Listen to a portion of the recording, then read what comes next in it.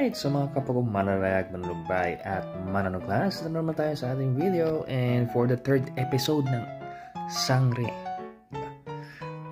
Encantadia Chronicles. Pero, tingin ko ito yung parang pinakamahaba kong video. Pero simulan na natin, maganda tayong paligoy-ligoy. So, una sa lahat, kung sino man yung bata na kinas nila bilang batang Mitena ay napakahusay. Palakpak sa'yo, kaibigan.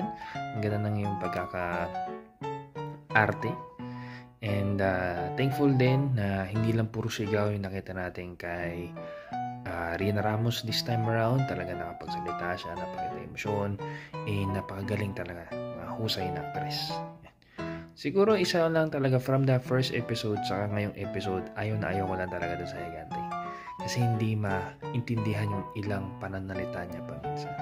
Medyo mahirap unawain ang kanyang pananalita paminsan. Kaya maganda nga sana kung mga ganun na medyo garble o medyo malabo o may special effects yung boses medyo nalagyan din or nabigyan din nila ng subtitle.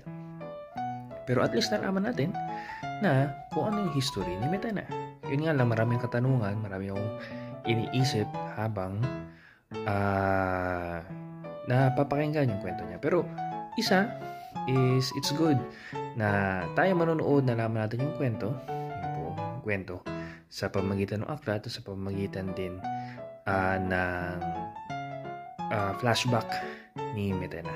Though hindi alam ng mga diwata, hindi alam ng mga characters inside the show, diba? Parang pag nagbabasa na ng comics, alam mo yung nangyayari pero hindi alam nung mga characters. So, ganun din. Pag nanonood ka ng teatro, alam mo yung nangyayari sa paligid pero yung mga characters hindi rin nila alam. O pag naglalaro ka ng D&D, ganun din.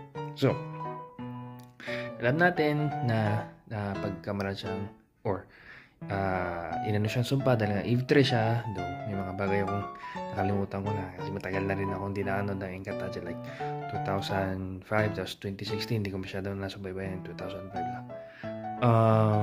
Pero yun, paniniwala nila sumpa siya kaya pinaalis, pero hindi natin alam or sure if dahil ba talaga kay Mitena nagkasakit si Cassiopeia o pinalabas lang nila nagkasakit na ganun, so para mailayo nila, para makasugod yung mga taga-Eteria at mapatay si Memin tsaka si Ornia. Hindi natin alam yun. Sayang lang na kumbaga parang, kung hindi nagpadaan sa emosyon yung bata, di nasolusyonan sana ni Imaw. Pero di mo na maalis yung nangyari na kumbaga nag-grow na Yung kausap na lang niya is yung parang, ano ba tawag yan? Hologram or parte ng kaluluwa ni Mitena doon sa libro, which it really shows kung gaano kalalim yung sugat at gaano kalalim yung pagkakamali. Diba? Yung galit ni Mitena. Na even yung kaluluwa niya o parte na nandun sa aklat ay ayaw makinig sa reason, ayaw makinig sa paliwanag. Diba? Could have helped, matulungan sana na ma-die down. Pero siyempre kung maaga na suplong o na hinto yung gulo, edi wala silang kwento. Pero malalaman natin ano ba yung mga kwento, ano ba yung mga behind the scenes, sino ba yung ahas na kumausap kay Mitena, which is bukas pa natin malalaman yung ibang parts ng kanyang storya. Pero nakaka-excite kasi good material, yung mga angulo, mga transition, medyo nakakabitin na pag may mga commercial. Kaya iba pa rin talaga pag streaming service, nasanay ka sa streaming service. And ang oras supposedly is isang oras kasi alas 8 hanggang 8:50, so that's 50 minutes. Nasanay na tayo pag mga streaming platform, mga 1 hour, diba? Anime man yan or mga TV series sa Amerika o sa Korea, diba? Isang oras yun So medyo iba talaga pag sa TV mo pinanood, nakakabitin. Pero so far okay naman yung storya. Yun lang talaga nitpick ko yung sa Higante. Mahirap lang maunawaan yung ibang pananalita niya. Siguro kung naka-headphones ka, nanood ka online, siguro medyo naintindihan mo, pero pag sa TV ka nanood, medyo mahirap siya unawain. So yun lang. Hintayin natin kung ano ba talagang mangyari. Sino mga traidor, sino yung mga backstory. Meron ba yan? I believe hindi yan matatapos kay Mitena lang. And if matapos man, well, ganoon talaga. Pero meron yung pinakita nilang preview yung ahas. Yun ba din yung nakalaban nila last time? or baka nagbalik na naman yung mga taga-Eteria. Di natin alam. Kasi kung siya yung nakalaban nila last time, hindi ba dapat talo na yun, tapos na yun? Doon. Pero kasi yung time na yun na bata siya, or time na yun na binigyan siya ng kapangyarihan ng ahas, is hindi pa nila natatalo si Hagrid. So, possible pa rin nila i-connect. Diba? Na pag natalo sila Hagrid, natalo yung ahas, natalo yung mga taga-Eteria, siya naman yung magpapakita. Diba? Pero, continuation. Kung saan man galing yung espada o kapangyarihan ng Mitena. And isa pa palang bagay na gusto kong i-congrats o talagang i-commend, diba?